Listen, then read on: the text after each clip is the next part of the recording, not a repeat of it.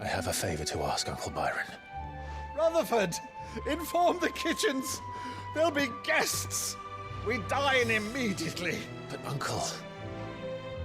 You can't very well regale me with the tale of your miraculous preservation on an empty stomach. Go on, sit.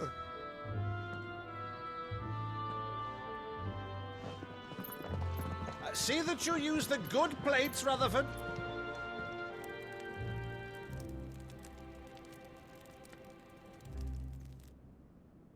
So you arrived late to one of her cullings, did you? Since becoming Vicereine, Annabella has been a constant thorn in Rosaria's side, but these atrocities are a new low. Something has changed. Quite what, I don't know, but the woman we knew is gone, and a monster sits in her place. A monster? For better or worse, I've been charged with governing this town, and thus must maintain the illusion of obedience. That's all I can do to aid Wade and his merry band of revolutionaries.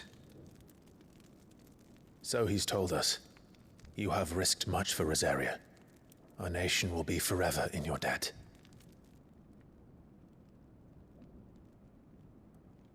It has been 20 years, Clive. The nation your father and your forefathers fought to defend is no more. Perhaps it would be otherwise had I the courage of my brother.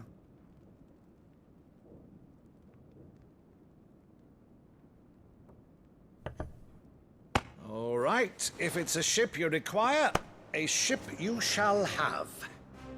I've a galley in port, but recently relieved of her cargo. She can be outfitted for the voyage in a matter of weeks. So you believe us, then? About everything? Believe you? Ha! Only a fool would believe even half of the things you claim. But until tonight, only a fool would have believed my nephew still lived. And besides, I have it on good authority that Clive is telling the truth. Whose authority? On your own, of course. You've always been a terrible liar. Is that true? It's not untrue. Let's say no more about it, eh? It wouldn't do to linger on my nephew's greatest failing.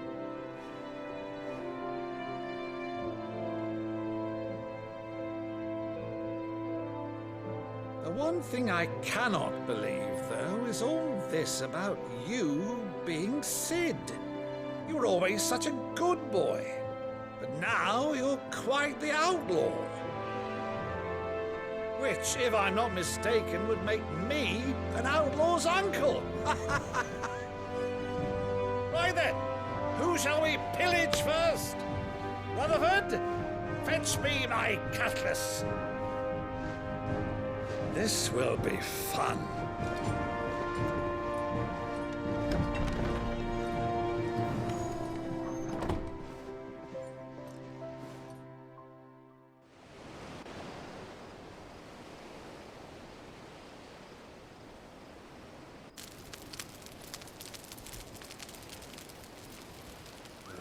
Over there. Go on. She's a fine ship, isn't she? Once outfitted, she'll bear us across the boiling sea to Drustinus in the space of 3 days.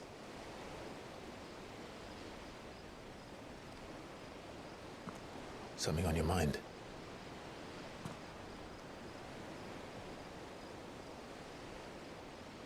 Monsters. When I served the Iron Kingdom, I did so because I saw no other choice.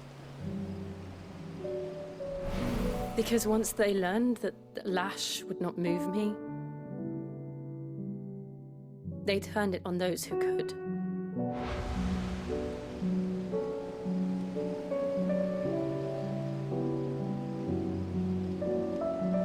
And so I became their puppet. I let them pull my strings, telling myself it was not my hand that swung the sword, but another's.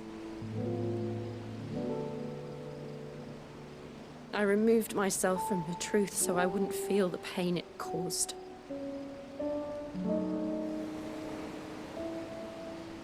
And before I knew it,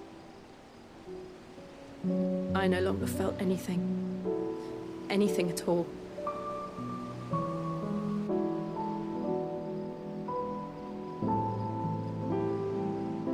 I had become a monster. Jill.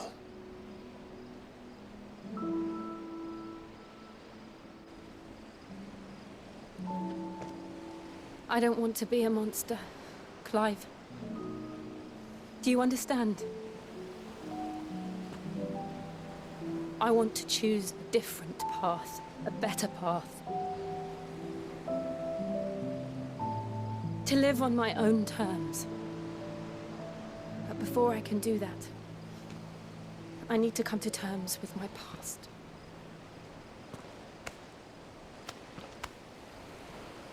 And when you do, I'll be standing there with you, just as you stood with me.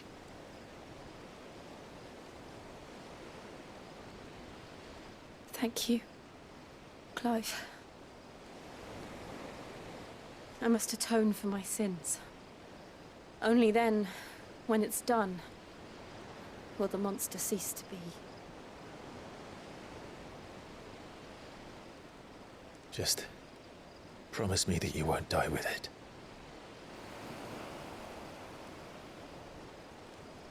Now, let's get some sleep. The journey back to Benamir is long, and there is much to tell the others.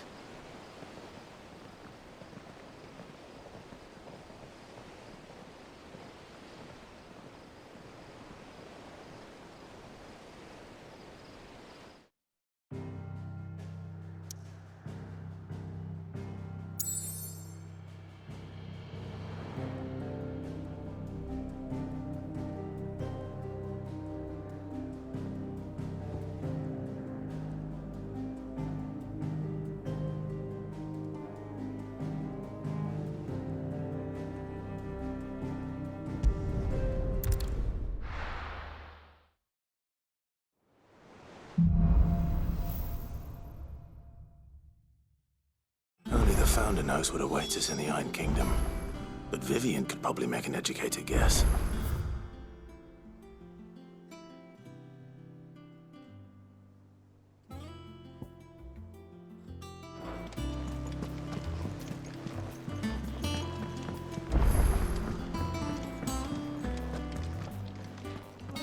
Against the gloom of bygone days, roots of flame take flight.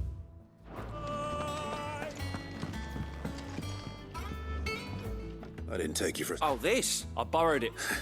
Oh, where's your scent from Spit? If it's my... Well, no, but you're made of stern. Something tells... Fant! The only... A beast. Does the book say anything? Well, only that the... Roses. One of the butchers in Martha's Rest.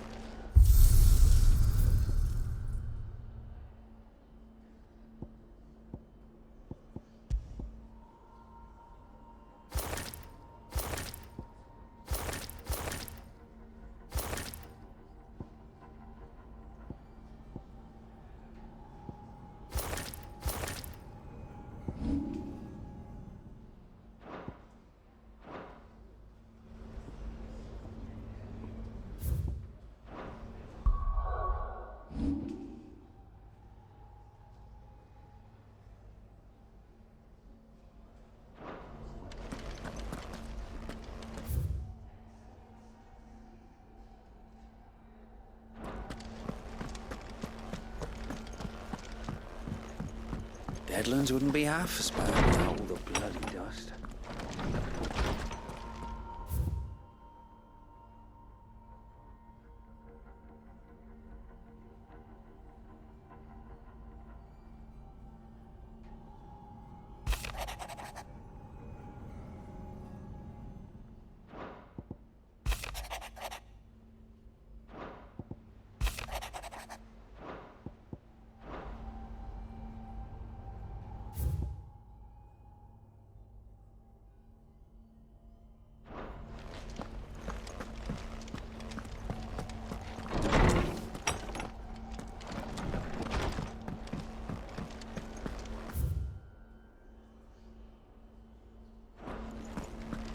Monster's taken quite a liking to Lady Karen.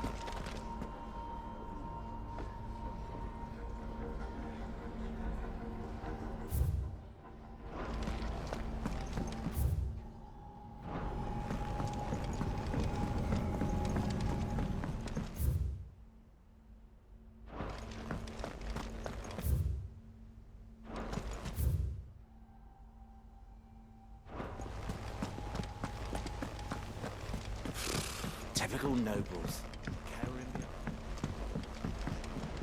How did we never There are hear new about these billets being Guardians of the posted Flame? every day. Clive! Oh, am I glad to see you? Is something wrong? It's Blackthorn. He ain't himself, and if I'm honest, he ain't been for a while. That normally it only takes a couple of drinks to perk him back up, but not this time. Something's getting him down. It's like he's lost his spark, you know? But I'm thinking he might if we both bent his ear, because he respects you, innit? Fine. I knew you'd understand. But if he doesn't want to talk, All right. Now, he'll only smell a rat if we both turn up at once. So, I'll go first, and you can meet us at the forge. Wait a bit, then head over when you're ready.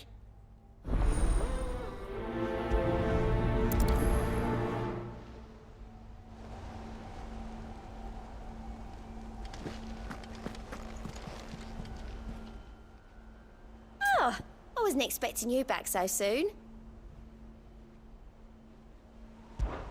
Come to claim your just desserts?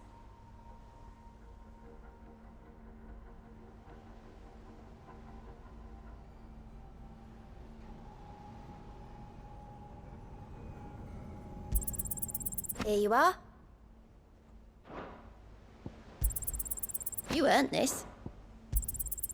Here you are.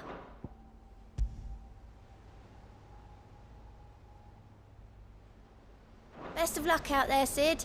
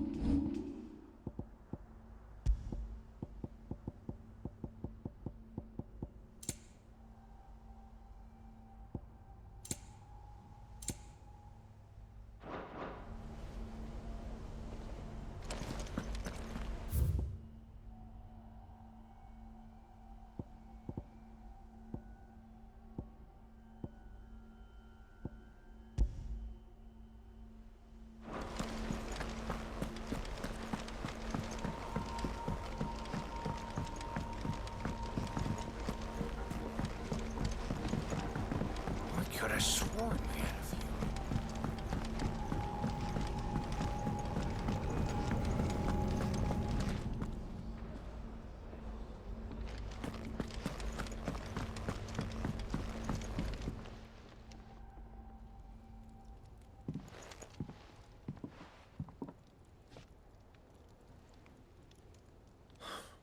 What's it got to do with me? August was worried that something had been weighing on your mind. I thought you might want to talk about it.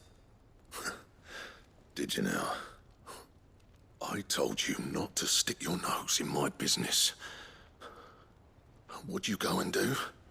Clive just wants to help, innit? What's so bad about that?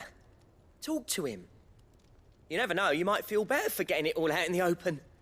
Please, mate. I'm worried about you. Phil shut you up. It's nothing really. Stupid. Not the sort of thing you bother people about. Why don't you tell us all the same?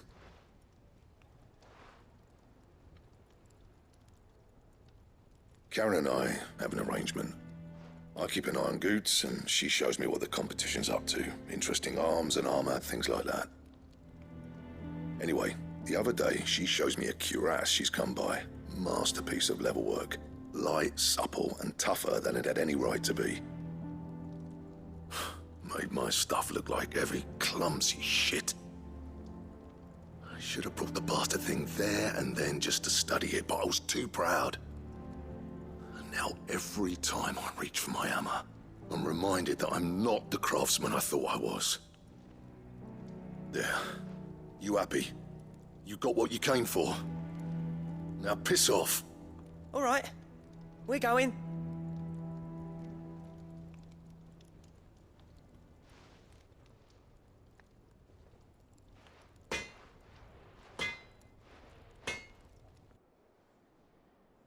I always thought of old Blackthorn as a bit of a force of nature. Like a storm cloud full of ale. Didn't think anything could rattle him.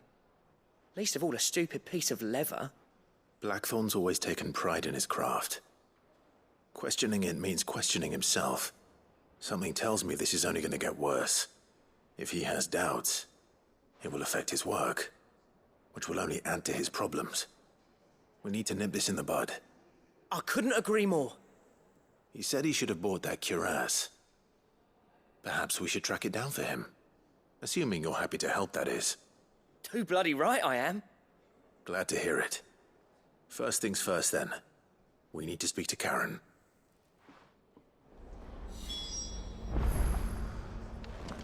That monster's taken quite a liking. Karen, do you have a moment? Blackthorn mentioned that you'd recently come by a leather cuirass. And he ain't been himself since he saw it.